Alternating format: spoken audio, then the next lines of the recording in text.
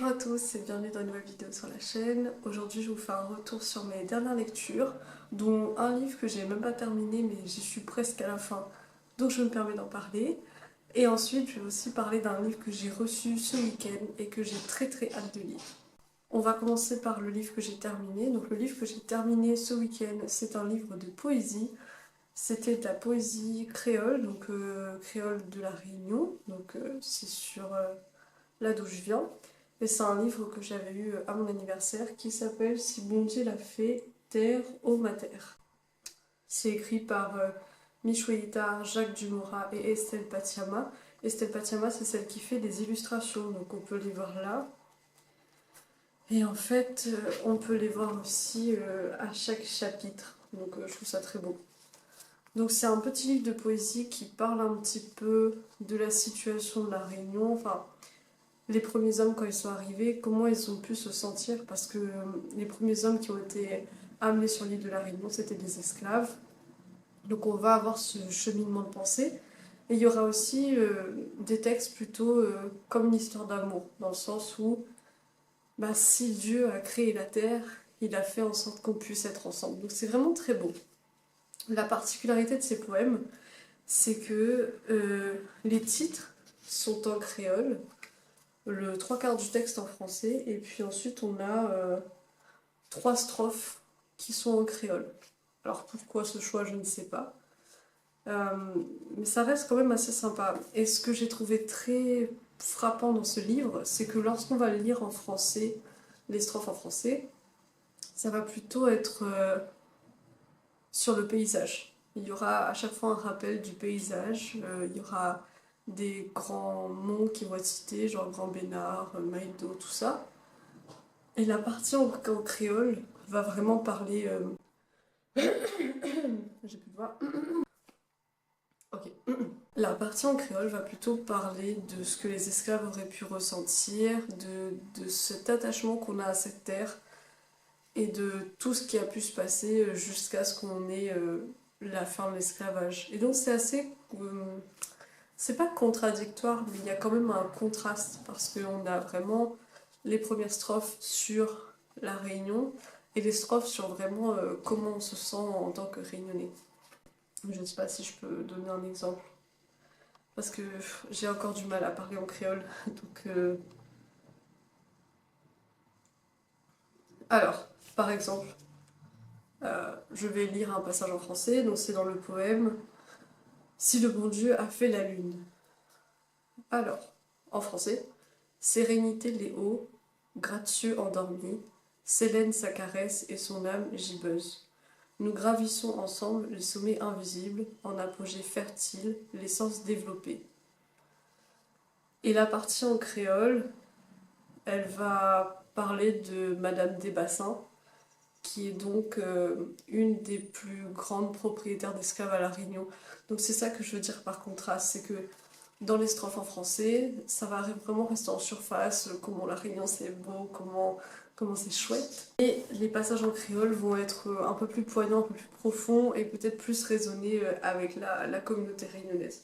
Le premier livre que j'ai lu, très rapide à lire puisqu'il fait 50 pages et en plus on a des illustrations, mais je pense que si on prend plus le temps d'analyser chaque strophe, et ben, on a quand même une bonne lecture.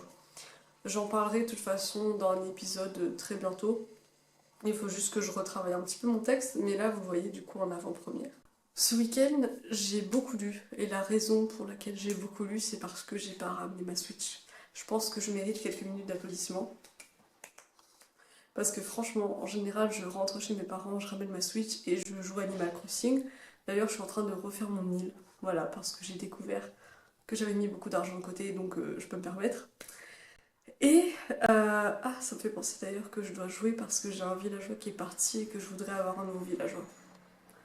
Bref. Donc, j'ai eu le temps de lire ce week-end. Et là, le livre que j'ai lu, enfin ça fait une semaine que je suis dessus, c'est La famille Han de Min Jin Lee. Donc c'est un roman coréen. L'autrice est une coréenne qui a grandi aux États-Unis, donc elle prend un peu de sa vie pour le mettre dans ce livre.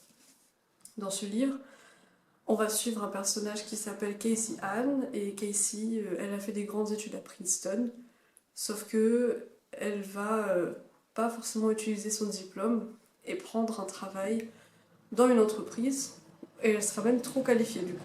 Son père, coréen de souche, qui vient aux États-Unis pour donner une meilleure éducation à ses enfants, parce que là on est dans les années 80, donc la Corée du Sud, c'est pas la Corée du Sud d'aujourd'hui, eh bien il est juste choqué par son mode de vie. Il ne la reconnaît pas, il trouve qu'elle fait trop de dépenses inutiles parce qu'elle aime bien être bien apprêtée, elle n'est toujours pas mariée, d'autant plus à un Coréen, et elle écoute rien.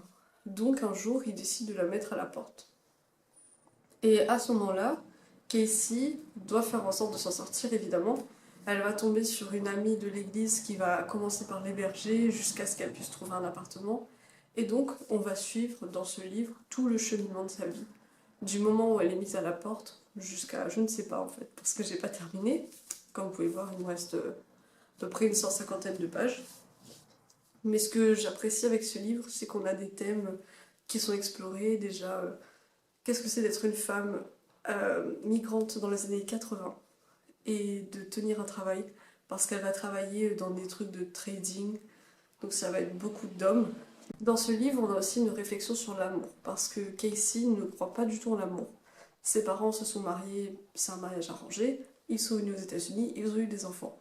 Et dans son entourage, toutes les personnes sont soit divorcées, soit il y a eu des tromperies, donc elle a vraiment une vision de l'amour qui est défaitiste, et elle va souvent en parler. Donc on a vraiment toute une discussion dans tout le livre. Donc ça, c'était vraiment chouette. Un autre point que j'ai trouvé assez intéressant, c'est qu'elle va aussi aborder la sexualité féminine. Et dans les années 80, c'est pas encore trop un sujet qu'on va parler ouvertement, surtout pas dans des familles coréennes. Et elle a vraiment une vision de la chose qui, encore une fois, assez pessimiste. Ce que j'apprécie avec ce livre, c'est qu'on a au moins 4 ou 5 autres personnages qui sont cités, mais tous ces personnages vont avoir un point de vue. Ils auront droit à un passage sur eux. Ça va pas juste être un prénom qu'on cite et qui disparaît après. Et moi, c'est le genre de livre que j'adore parce que j'aime bien quand les personnages sont développés, quand on a un suivi et qu'on ne mentionne pas quelqu'un juste pour donner un peu de volume à l'histoire, mais qui est vraiment quelque chose d'important. Donc on va suivre beaucoup de Coréens. Ils disent la famille Han, mais c'est pas forcément que la famille Han, parce qu'on voit aussi d'autres amis de Casey qui sont aussi coréens, et on va voir leur point de vue sur la situation, ce que c'est de vivre aux États-Unis à ce moment-là. Donc c'est vraiment un livre très très intéressant. Je pense qu'il n'est pas forcément fait pour tout le monde, ça dépend ce que vous voulez. Moi perso j'adore. Un personnage super construit, qu'on suit sur des années, c'est trop mon truc. Et on n'a pas trop de description. Là ça va vraiment être beaucoup de dialogue. Et donc j'adore. J'adore. Je pense que je l'aurais fini d'ici ce week-end. Mais c'est vrai que il est quand même assez dense. Donc c'est pour ça que j'ai pris du temps. Et puis comme maintenant je fais pas mal de temps sur le téléphone, sur la Switch, j'arrive plus à me concentrer aussi longtemps qu'avant. Mais je reviens là en force. Donc je suis très très contente. Le dernier livre que je vais présenter dans cette vidéo aujourd'hui n'est pas un livre que j'ai déjà lu. Mais pour la petite histoire, vous savez que j'ai aussi un podcast à côté et j'ai fait ma première interview avec un artiste, un écrivain qui s'appelle Soko, mais aussi connu sous le nom de Mathieu Vaïti-Lingom. Donc c'est un écrivain réunionnais qui écrit de la poésie. Et si vous ne l'avez pas écouté, je vous invite à écouter l'épisode, c'est sur YouTube, c'est sur Spotify. Et par le biais de cet artiste, j'ai pu rencontrer d'autres personnes, dont un homme qui s'appelle Thibouna Lacour et qui a lui aussi écrit de la poésie. Son livre de poésie s'appelle L'époque Funker Zordi. Funker, ça veut dire, c'est des poèmes, c'est que ça vient du fond du cœur, en créole réunionnais. Et donc, il va parler de plein de thèmes différents et il va le faire en fonction des saisons. Donc c'est vraiment toute sa vie mais déclinée en saisons. J'ai déjà commencé un petit peu et les premiers poèmes sont assez tristes mais tellement bien écrits. Donc là je peux pas en dire beaucoup pour l'instant parce que je l'ai pas fini. Mais une fois que j'aurai fini, eh bien il y aura une petite surprise. Je pense que vous avez deviné ce que ce sera. Donc j'ai trop hâte. Donc ce week-end c'était ce que j'avais fait, donc c'est pour ça que j'ai eu ce livre. Et ça va être ma lecture là de la semaine. Et puis, si jamais vous voulez voir un petit peu dans quel contexte j'ai eu ce livre, vous pouvez toujours regarder le vlog que j'avais fait sur la chaîne, où c'était un petit vlog où je faisais un peu, enfin je vous montrais un peu ma semaine. C'est pas forcément en lien avec la lecture, c'est vraiment des sorties entre amis et une sortie dans laquelle j'ai rencontré cet auteur. À côté de ça, je suis aussi en train de lire un livre sur ma Kindle qui s'appelle Word Slut, où je mettrai la couverture juste ici. Donc ce livre-là, c'est écrit par Amanda Montel, j'ai déjà fait un épisode sur mon podcast, donc c'est une linguiste qui va essayer de décrypter certaines choses. Elle a décrypté comment le langage, la langue pouvait influer dans les sectes. Elle a fait quoi d'autre?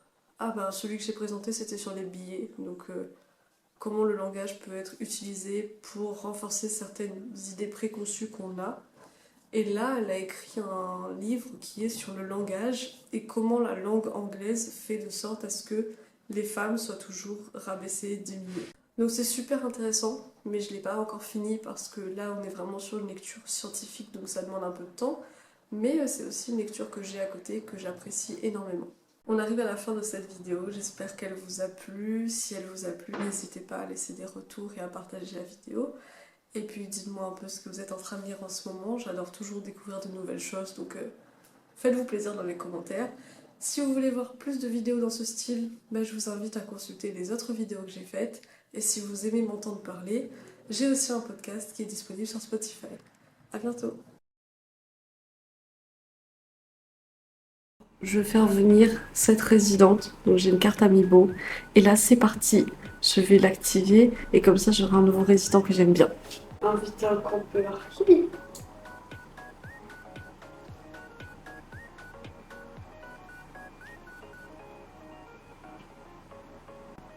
Bonsoir.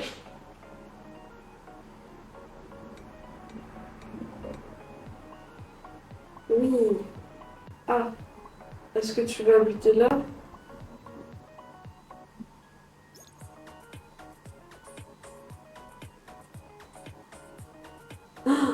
Je peux l'inviter à rester, il faudrait que je lui donne les commodes.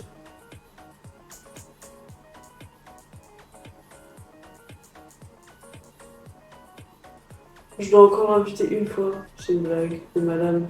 On va se calmer là. Bon, tant pis.